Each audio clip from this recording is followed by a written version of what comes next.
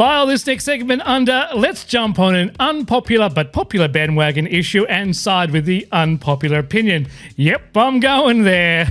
That's what we do here on the Troy Murphy Show.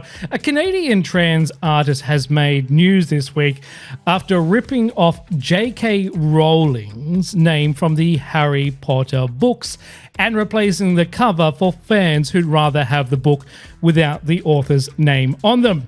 The artist said in a January 4 TikTok video that they are a trans artist and bookbinder. The video showcases the process of rebinding the books and involves the cover and a page with Rowling's name on it being torn out and replaced. The artist sells these books, the full set of 7 Harry Potter books, for 1,600 Canadian dollars, but people can also buy single books in the series for 230 Canadian dollars. In the TikTok, they state that their aim is the aim of this project is to engage critically and give an option to people who still want to enjoy Harry Potter without, and I quote, supporting JK Rowling. Reality check here. Someone had to buy the book in the first place, so JK Rowling still gets her cut. But it also turns out that this trans artist is not in violation of any copyright laws by doing this, but could be involved in a trademark claim. Although a prominent solicitor who has commented on this video has said that it'd be very tricky for Rowling to prove it, and probably not worth it anyway. Rowling is rich; she doesn't, But if she did it, she'd probably just do it to put a stop to it. But then again, that would just be a PR disaster if she did. But this is where I want to jump on a bandwagon issue. I've never discussed this before publicly because when this all happened, I wasn't on radio. So now that I'm back on radio and this is in the news, I'm going to jump on the bandwagon. And the bandwagon issue is whether JK Rowling is transphobic or not, because this is the claim.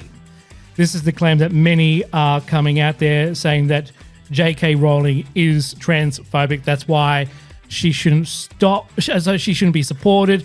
Why many actors, there is a actor, Sebastian Croft, who is in the Heartstopper series, who's I don't know if he's openly gay, but he's definitely, I think he is. He's in trouble because he's going to be voicing a character in a upcoming game, and people are giving him hell for that. Even though he was booked for the gig like 3 or 4 years ago before this all came out. Anyway, it's always drama when it comes to JK Rowling. But I wanted to take a look at the facts. Because, that's what we like to do here. Look at facts as opposed to having decisions ruled by feeling. And for this, we head to the dictionary. So we base this conversation, like I said, on fact. The dictionary says that to be transphobic, one must have or show a dislike or strong prejudice against transgender people. Bookmark that. Has JK Rowling shown a dislike or a strong prejudice against transgender people? That is the question. Because if she has, then she's transphobic. If she hasn't, then she's not transphobic. Let's look at the tweets that started this mass pylon of accusation as published in an article by Glamour.com that reads, on June 6, 2020, Rowling retweeted an op-ed piece that discussed people who menstruate, apparently taking issue with the fact that the story did not use the word women. Quote, people who menstruate, I'm sure there used to be a word for those people. Someone help me out. Womban, Wimpound, Woomad, she wrote. The initial tweet garnished a lot of backlash, but the Harry Potter author did not relent and write about her views in more detail. Quote, if sex isn't real, then there is no same-sex attraction. If sex isn't real, the lived reality of women globally is erased. I know and love trans people, but erasing the concept of sex removes the ability of many to meaningfully discuss their lives. It isn't hate to speak the truth, she tweeted. She continues by tweeting, The idea that women like me, who have been empathetic to trans people for decades, feeling kinship because they're vulnerable in the same way as women, i.e. to male violence, hate trans people because they think sex is real and has lived consequences, is a nonsense. She continues. She keeps digging herself a bit of a problem here. I respect every trans person's right to live any way they feel authentic and comfortable to them. I'd march with you if you were discriminated against on the basis of being trans. At the same time, my life has been shaped by being female. I do not believe it is hateful to say so. There is plenty more tweets and to this saga, but it was these initial tweets that started the hate pylon. So let's stick with that thus far. Is JK Rowling transphobic with what she said?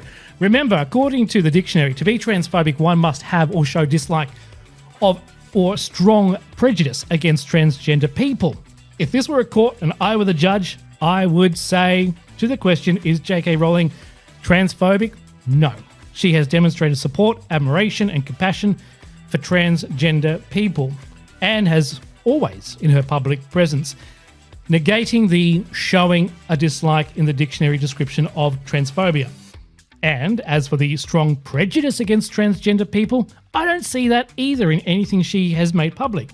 I do see a series of tweets that support biological women. Now, I'm not saying that trans women are not women, but when we look at things through the prism of fact and not feeling, the fact is that there is a physical difference between a biological woman and a trans woman, despite both being women.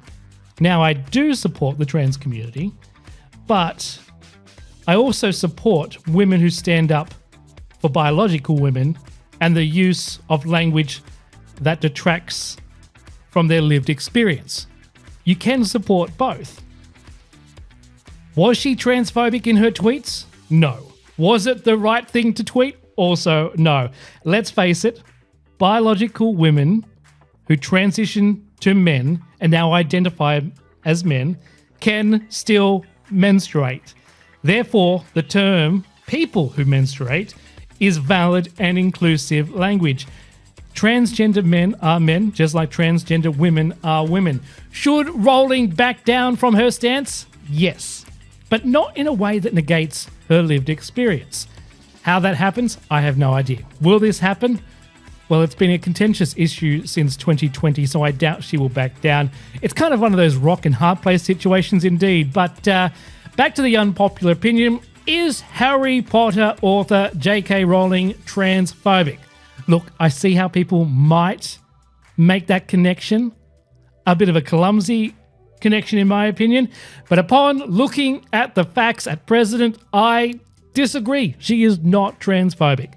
Like I always say, I'm always happy to discuss my opinion, but I'm also happy to have my mind changed if an argument is compelling enough or there is a side of this that I have not considered yet that gets me over the line. And I'm also happy to chat further on this topic should anyone wish to in a civilized manner, even on this radio show. It is, in my opinion, that the only way forward for society is open discussion, not cancelling opinions that don't align with your own. Nor does holding an opinion, because, well, that's what the masses are bandwagoning on. #EndRent. The Troy Murphy Show.